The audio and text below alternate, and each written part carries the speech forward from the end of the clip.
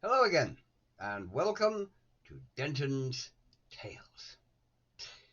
Say Viking, and most people think of something like this. A fearless, ferocious warrior, lusting for battle, blood and glory. Yeah! But with horns on the helmet. Well, that's really a bit of a stereotype. Yes, I mean, they could be like that sometimes, but without the horns. The horns are pure Richard Wagner operas. But like most stereotypes, it's only true to a point. So, what is, or rather was, a Viking? And I do mean was, since contrary to many people's claims, nobody living now is or ever could be a Viking. And I can dress like this, which many real Vikings did. I can say, I'm a Viking, which real Vikings never actually said because they weren't. But no, I'm not, nor can I be. It is something from the past that cannot exist today, which I'll come to shortly. So, what what was a Viking? The term Vikinger in Old Norse it's rather a vague one. It's a multifaceted descriptive term with quite a wide range of meanings that can be attributed to it. A seafarer, pirate, raider, adventurer, traveler, explorer, colonist in another country. All those things fall under the overall heading of Viking. To pick just one meaning that best encompasses the idea of a Viking, I would say a seafarer, since none of the activities associated with the word could be accomplished without one very important, indeed vital, element: a ship. See, without a ship, one could not be Viking. They could be a farmer, a smith, a carpenter, a laborer, or anything else, but not a Viking in the actual meaning of that word. They could, however, be all of those occupations and trades and a Viking as well. But a ship was still required for that. And it needs to be pointed out that while every Viking was Norse, not every Norseman, or indeed woman, was a Viking. Yes, women too, since any woman going along could be considered Vikinger from going off in a ship point of view. And yes, there were some female raiders and women who commanded their own ships as well. And this incidentally is not a Viking ship, which I'll come to in a moment. The term Viking has unfortunately become used as a sort of general collective term for anyone from Scandinavia, Iceland, the Faroe Islands, or any of the lands the Norse peoples settled in, rather than its true meaning. And also, the Vikings are seen almost as a nationality rather than an occupation, almost as though they all came from one country under a single ruler, like say the Normans, who all came from Normandy and were ruled by one duke. But the Vikings, I mean, they came from Norway, Denmark, Sweden, and Frisia. And they had multitudinous leaders. There were jarls, kings, local chieftains, and they actually fought each other just as much as they did other people. So, the bottom line, you get in a ship and you go somewhere in it and you do something when you get there. Anything, basically. Raiding, trading, exploring, settling down and founding a colony, or just scratching your ass watching the scenery going by. You are a Viking, but you stay at home. You never get in a ship, and plenty of Norse people wouldn't have. And you're just a Dane, a Swede, a Norwegian, or a Frisian. And when those in the ship return to Scandinavia and they get off the ship, they are no longer Vikings either. Their Vikingness has been left behind in the ship. And as I just mentioned, it's not a Viking ship either. There was no such thing as a Viking ship. Yes, it may have a ferocious dragon head here on the prow and shields hung along the sides, but it was just, well, it was just a ship. A ship in which some men and occasionally women were going Viking. It's not the same thing at all. There was no Vikingness about the actual ship itself. And nobody in those days called them Vikings. They didn't even call themselves Vikings because they weren't. You see, they may have gone Vikinger, but they themselves were not Vikinger. While other people called them Northmen, heathens, pagans, Norsemen, and a lot of probably very obscene names as well. The Irish called the Danes the Dovgal, or the dark foreigners, while the Norwegians were the Fingal, or the fair foreigners. But the term Viking didn't come into use as a collective name for them until well after the last longship had rotted away to dust. If you could go back to Scandinavia in the ninth century and see a man, well, let us say a man ploughing a field, and you said, "Are you a Viking?" He would have said, "Of course not. Do you see a ship in my field?" Norse settlements in Britain and Ireland are often referred to, incorrectly, as Viking settlements. Now, Dublin, for example, where I live, a city founded by them in the ninth century, is usually mentioned as being a Viking city, and most articles and documentaries use the term Viking Dublin when referring to anything to do with the city from its founding around 841 AD right down to the Norman conquest of Ireland in 1169. But while it was indeed founded by the Vikings, because they were raiders and they came in ships, the city actually founded as what was called a long port, where they could berth and repair their ships, saving them a trip back home. As the settlement grew into a town and later into a city, it was no longer Viking. See, the people living in it, though they were Norse, they were not jumping off ships.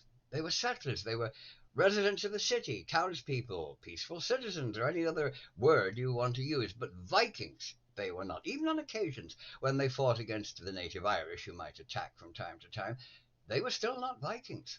They were not using ships to do it. They were merely settlers defending their homes. They were not jumping off ships. Now, I mentioned at the start the impossibility of anyone today being a Viking. I see people quite often saying, "I'm a Viking. I want to go to Valhalla." Well, yeah, sorry. No, you're not. And no, you can't. Firstly, though it sounds lovely and really booyah to say that, saying you're a Viking and popping skull in every sentence, that doesn't make you anything other than a reenactor. Because to be a Viking, well, you'd need a ship, somewhere to go in it, and something to do when you got there. And I doubt if most countries would be overly impressed if you turned up on their coast and started burning things, established an independent community, or started offering the local populace furs, amber, and jewelry in exchange for things. Secondly, you can't actually go to Valhalla, firstly because it doesn't exist. The Hall of the Warriors Slain in Battle is called Valhall, not Valhalla. And secondly, in order to go there, and this is the important point, in order to go there, you have to be killed in battle with a weapon in your hand.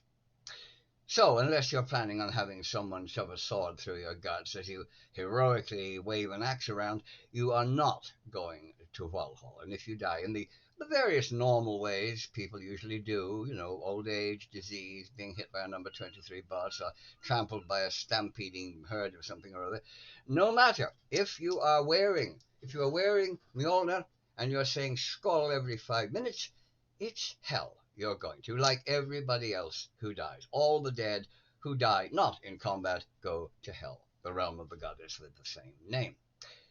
I'm sorry if I burst any bubbles, but I just tell it like it is.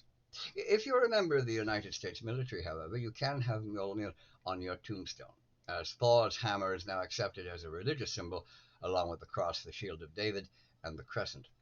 So, to all the would-be Vikings out there, yes, yes, you can dress like a Viking. You can live a Viking lifestyle without the raiding, raping, and burning part, of course.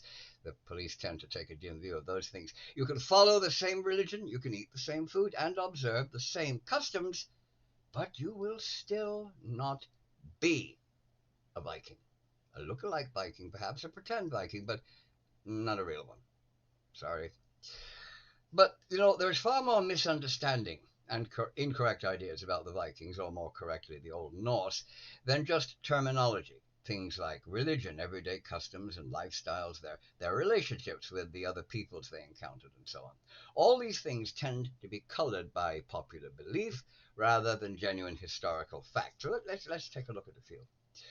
Usually depicted in movies and TV shows as scruffy and unkempt with straggly hair. In fact, the Old Norse were probably the cleanest people in Europe at that time, washing their hands and faces every day and bathing once a week. the day that we know as Saturday being known as Lorgada, which means the pool or the bath day. A weekly bath? A weekly bath? I mean, an unheard of thing among other peoples who might bathe once a year, maybe twice if they were really fussy about personal hygiene. Norse cleanliness astonished the Anglo-Saxons, and there is even one Saxon account of them wanting to kill the Norse men because they were so clean and well groomed that the Saxon women were becoming attracted to them, and the Saxons feared losing their own women to the Northmen, which says quite a lot about the personal state of the Anglo-Saxons. And we have it on the authority of an English monk and chronicler named John of Wallingford, who was writing in 1002 AD that the Norsemen caused much trouble to the natives of the land, for they were wont, after the fashion of their country, to comb their hair every day, to bathe every Saturday, to change their garments often, and set off their persons by many frivolous devices. In this manner they laid siege to the virtue of the married woman, and persuaded the daughters even of the noble to be their concubines. Oh, you couldn't have that sort of thing going on, I mean, could you? Of course, the answer to the problem was, I suppose, rather obvious. Take a bath more than once a year and comb your hair occasionally. Smelling like a pigsty on a hot day is a guaranteed passion killer. Oh, yes, trust me on that one. Some of the most common items found in Scandinavian graves, in fact, are types of comb, tweezers, and earwax removing tools. So a real Viking would have been well dressed, clean, well groomed, and rather more pleasant, I'm sure, to be within a confined space on a hot day than would many others of that time. Those Anglo-Saxon women knew a thing or two. The Vikings. Now, the Vikings. They were brutal, savage raiders. More brutal, in fact, than anyone else at that time, who lusted after plunder, taking the hard work of others rather than work for it themselves, killing just for the love of it, and raping anything that was female and still had a pulse, taking cruelty and evilness to Olympian heights of barbarity.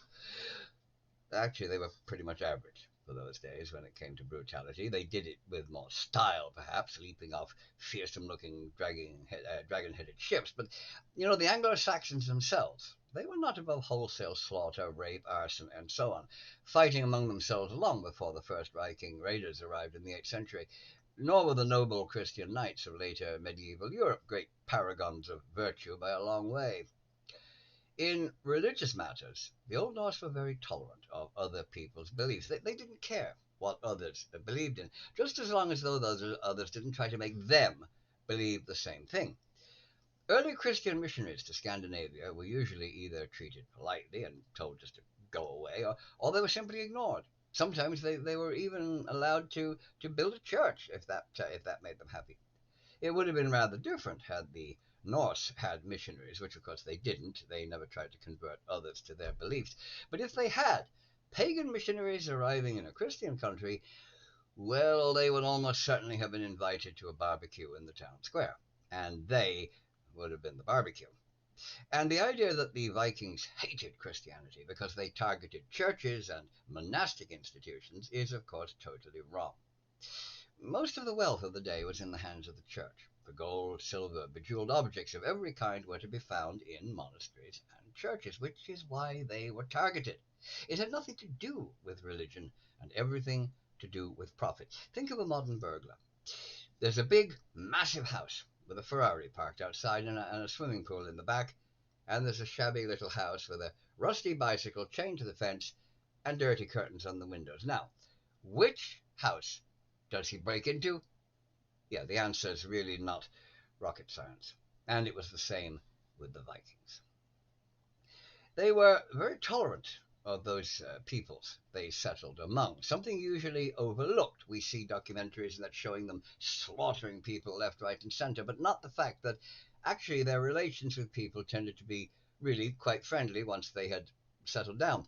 And that was very well shown here in Ireland, where intermarriage with the native Irish became common, as did conversion to the Christian faith, which increased during the 10th century, and by the early 11th century there was hardly any difference between Norse and Gael. The supposedly cruel and oppressive Norse were far more tolerant and accepting of others than were the colonial empires of the 18th and 19th century, where any intermarriage with natives. Oh, well, that was out of the question, as was converting to their weird local religions. I mean, dash it all, old chap. They're natives, after all, natives. Marry them? Good heavens! You might as well marry a horse. So, were the enlightened people of recent centuries really superior to those evil Vikings? I rather think the natives of the Belgian Congo, for example, greatly preferred a Norse Jarl ruling their country rather than King Leopold. So that concludes this little look at what the Vikings actually were, rather than what they are so often supposed to have been. Napoleon said history is written by the victors, so of course atrocities are always committed by the other side, never us. I mean, they did it. We never did it, even when we did, because when we did it to stop them doing it, which makes really no sense at all. And in the case of the Vikings, of course, it was mostly written by priests and monks, really usually the only people who actually could read and write in those days. And of course, they were the most frequent victims of Viking raiders. And they were hardly going to write anything nice about them, and obviously they would distort things to make them look even worse than they really were. If you want an accurate, fair account of a wolf, don't ask a sheep to write it. If you enjoyed this video, and I certainly hope you did, please like and subscribe if you haven't already done so. And of course, tell your friends. Spread the word far and wide. Until next time, I shall say farewell. Goodbye for now.